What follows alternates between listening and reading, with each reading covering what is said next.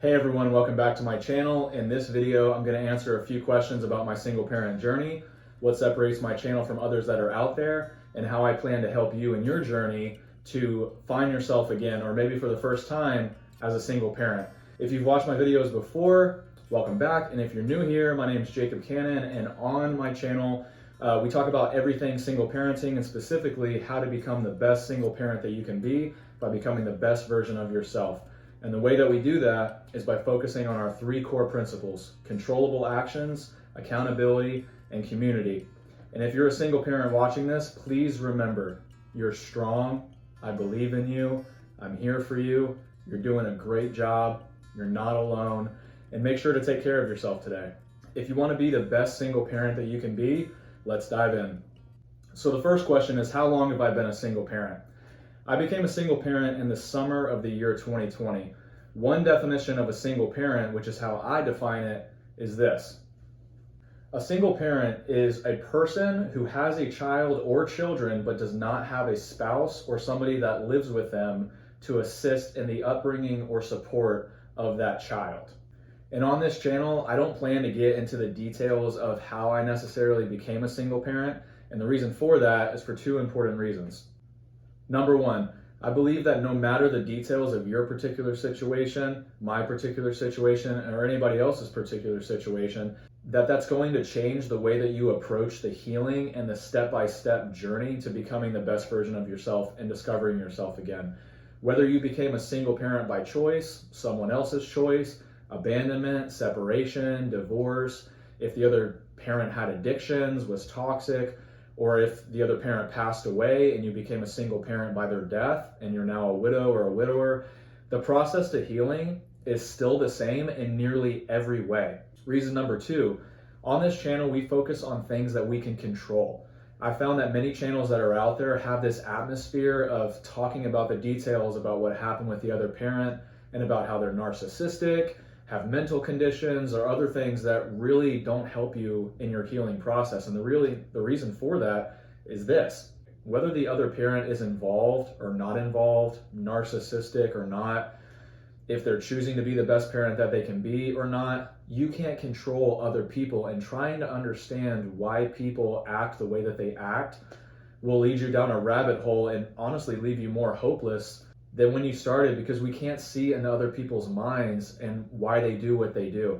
We're not mind readers on this channel. We're single parents looking to become the best single parents that we can be to our children and to be the best version of ourselves that we can be. And all of the energy that you have should be put into improving and leveling up and helping to rebuild yourself. Hey guys, comment below, what's been the most difficult part about being a single parent for you? Question number two, how long do I plan to be a single parent? I don't plan to be a single parent forever. Now, there's nothing wrong with those that do decide to stay a single parent for a season or permanently. This isn't a process, in my opinion, that anybody should rush, especially if you just recently became a single parent. You have to remember that having someone else come into your, and more importantly, your children's lives isn't something that should be taken lightly, and it should be a thoughtful process. I know as single parents, we can feel deep emotions of loneliness and loss, and sometimes we can feel this societal stigma around being single parents, like that there's something wrong with us and that we should be with somebody. And I think far too often people rush that process instead of working through the emotions in a healthy and timely way and to start dating when they're ready again. So with that said, I don't plan to be a single parent forever, and I'm letting the pieces fall into place as they continue to fall into place. Question number three, what separates my channel from others that are out there? I found that there's really three types of channels out there when it comes to single parenting and really rebuilding yourself. The first are channels that focus on things that are outside of your control, and I don't recommend that you watch these. I mentioned some of this before. These channels talk about things like narcissism, why parents act the way that they act, and dissecting why they do what they do, and usually speaking ill of the other party. And it's usually driven by bitterness or anger, and I don't find this to be particularly helpful in any way. And the reason for that, again, is this: you need to focus on the things that you can control, which is yourself. Focus on being the best version of yourself that you can be physically emotionally, mentally, socially, spiritually, and academically. The second type of channel that I've seen are those that do focus on personal development. However, there is a term out there that you should be familiar with called parasocial relationships.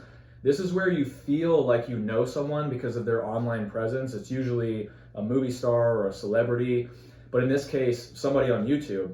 You follow their content and feel as if you know them, but the common denominator between these channels is this: they don't know you. If you stopped watching their channel, they wouldn't reach out to you to find out how you're doing, to see if you're still self-improving. Think about the people you follow currently. If you stopped watching them, would they reach out to you like a real friend? Are they actually wanting you to interact with them or just simply watch their videos? Many of these channels are focused on getting as many views as they can and getting you to watch their content as much as possible. This is because they make more money the more that you watch. I recently watched an influencer who I once followed, and this is what they said: if people are going to be on their phones, we want them to be watching our content and nobody else's. If they watch our content for upwards of 8 hours a day, we've done our job. I believe that any influencer whose goal is to have you watch 8 hours of their content a day doesn't have your best interest in mind. Why? Someone who wants you to genuinely self-improve like I do shouldn't want you watching their videos for 8 hours a day. They would want you to, again, like I do, be going out on a run or reading a good book or learning a new recipe or learning a foreign language or having coffee with a friend, experiencing and living a joyful life. And that is my goal for this channel. That's why the third type of channel, and why I created this channel, because I didn't see many of types that were out there, is one that gives you content to help you self-improve, but also one that wants you to live life off of your phone after watching one of my videos. I don't want you to just sit and watch my content for hours and hours on end. I want to encourage you and bring you education, but I don't want you to just watch me and get to know me. I want to get to know you.